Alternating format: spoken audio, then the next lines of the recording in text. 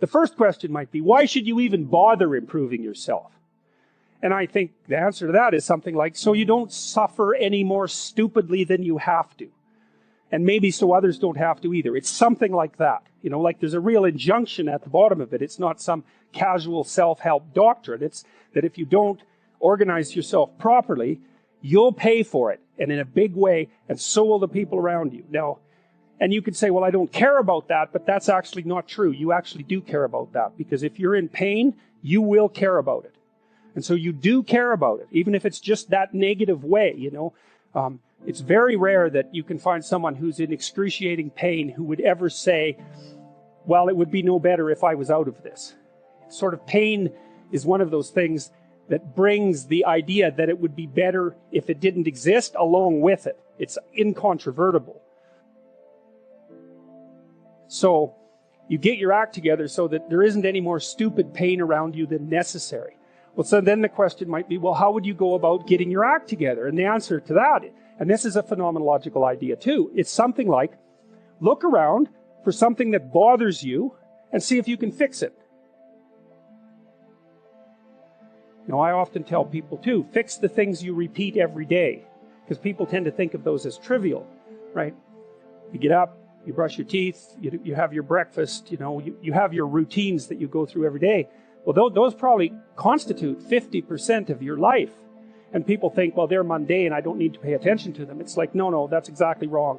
The things you do every day, those are the most important things you do. Hands down. All you have to do is do the arithmetic.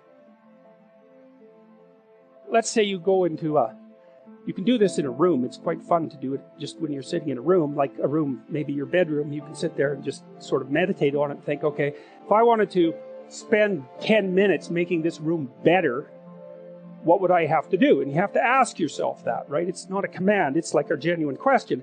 And things will pop out in the room that you know, there's a stack of papers over there that's kind of bugging you, and you know that maybe a little order there would be a good thing. And, you know, there's some rubbish behind your computer monitor that you haven't attended to for like 6 months, and the room would be slightly better if it was a little less dusty and the cables weren't all tangled up the same way. And like, if you allow yourself just to consider the expanse in which you exist at that moment, there'll be all sorts of things that'll pop out in it that you could just fix. And, you know, I might say, well, if you were coming to see me for psychotherapy, the easiest thing for us to do first would just be to get you to organize your room. You think, well, is that psychotherapy? And the answer is, well, it depends on how you conceive the limits of your being. And I would say, start where you can start. You know, if something announces itself to you, which is a strange way of thinking about it, as in need of repair, that you could repair, then, hey, fix it. You fix 100 things like that, your life will be a lot different. See, part of what artists do, for example, when Van Gogh paints a room, and you look at it glowing, he's trying to show you what's beyond your perception of the room. And I mean this technically, like the way that your visual system is set up is that whenever memory and presumption can replace direct perception, it will, because it's simpler. So you literally see what you expect to see.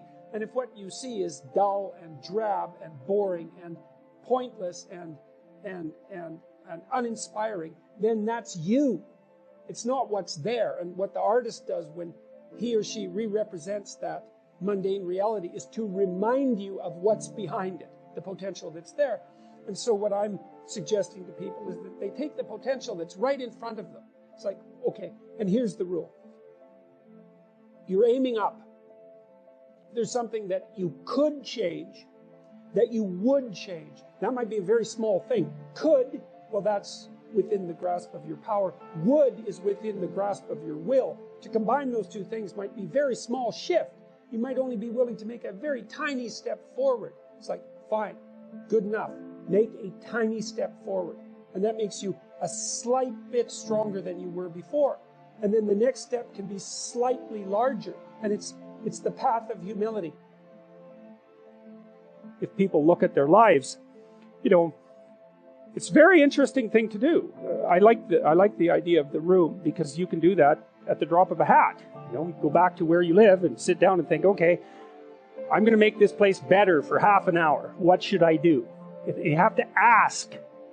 And things will just pop up like mad. And it's partly because your mind is a very strange thing. As soon as you give it a name, a genuine aim, it'll reconfigure the world in keeping with that aim. That's actually how you see to begin with. And so if you set it a task, especially, you have to be genuine about it, which is why you have to bring your thoughts and emotions together, and then you have to get them in your body so you're acting consistently. You have to be genuine about the aim, but once you aim, the world will reconfigure itself around that aim, which is very strange. Be careful what you aim at, right?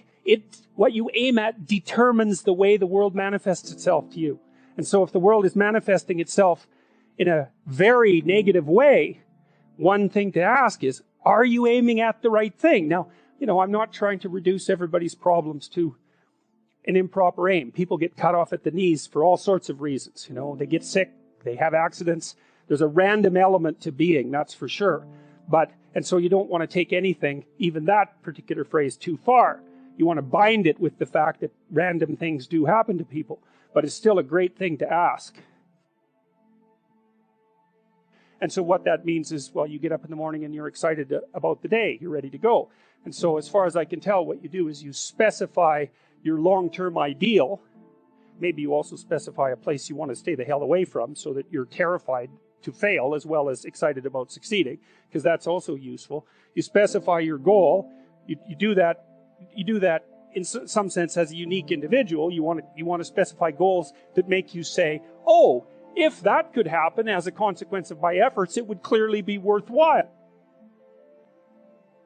Okay, well, this is what I'm aiming for. How does that instantiate itself day to day, week to week, month to month? And that's where something like a schedule can be unbelievably useful. Google Calendar. It's like, make a damn schedule and stick to it. Okay, so what's the rule with the schedule? It's not a bloody prison. That's the first thing that people do wrong. They say, well, I don't like to follow a schedule. It's like, well, what kind of schedule are you setting up? Well, I have to do this, then I have to do this, then I have to do this, and then I just go play video games, because who wants to do all these things that I have to do? It's like, wrong. Set the damn schedule up so that you have the day you want. That's the trick. It's like, okay, I've got tomorrow. If I was going to set it up so it was the best possible day I could have, practically speaking, what would it look like? Maybe 20% of your day has to be responsibility and obligation, or maybe it's more than that, depending on how far behind you are. But even that, you can ask yourself, okay, well, I've got these responsibilities. I have to schedule the damn things in. What's the right ratio of responsibility to reward? And you can ask yourself that, just like you'd negotiate with someone who is working for you. It's like, okay, you got to work tomorrow. Okay, so I want you to work tomorrow. And you might say, okay, well, what are you going to do for me that makes it likely that I'll work for you? Well, you could ask yourself that, So maybe you do an hour of responsibility and then you play a video game for 15 minutes. I don't know, whatever turns your crank, man. But, you have to negotiate with yourself and not tyrannize yourself. Like you're negotiating with someone that you care for, that you would like to be productive and have a good life. And that's how you make the schedule. It's like, and then you look at the day and you think, well, if I had that day, that'd be good. Great.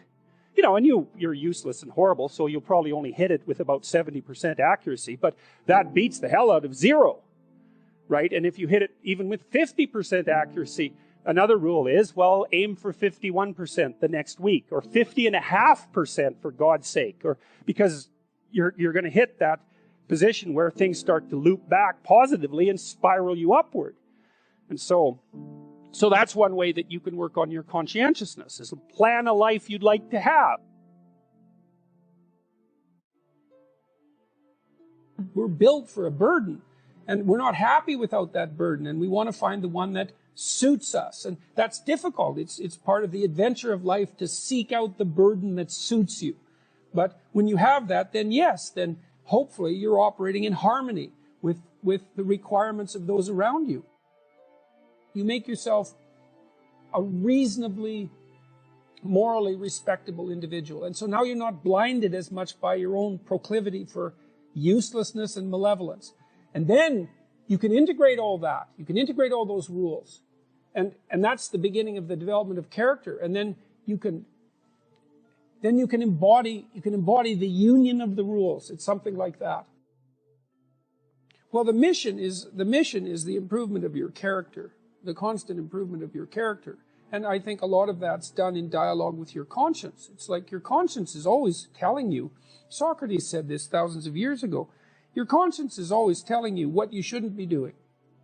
And one of the things Socrates said was what discriminated him from the run-of-the-mill person, and why perhaps we still know of him so many thousands of years later, was that when his conscience told him not to do something, he didn't do it. He stopped saying the things that he shouldn't have been saying, and he stopped doing the things he shouldn't have been doing. And that's a start, you know. That's a discipline, I would say. That's the ability to follow a certain kind of intrinsic discipline. And maybe that's merely the cessation of evil.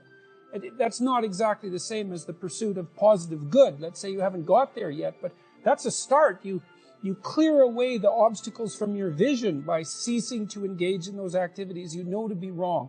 And then the world starts to lay itself out in more pristine form. And then maybe you can start to apprehend what would be positively good instead of merely not wrong.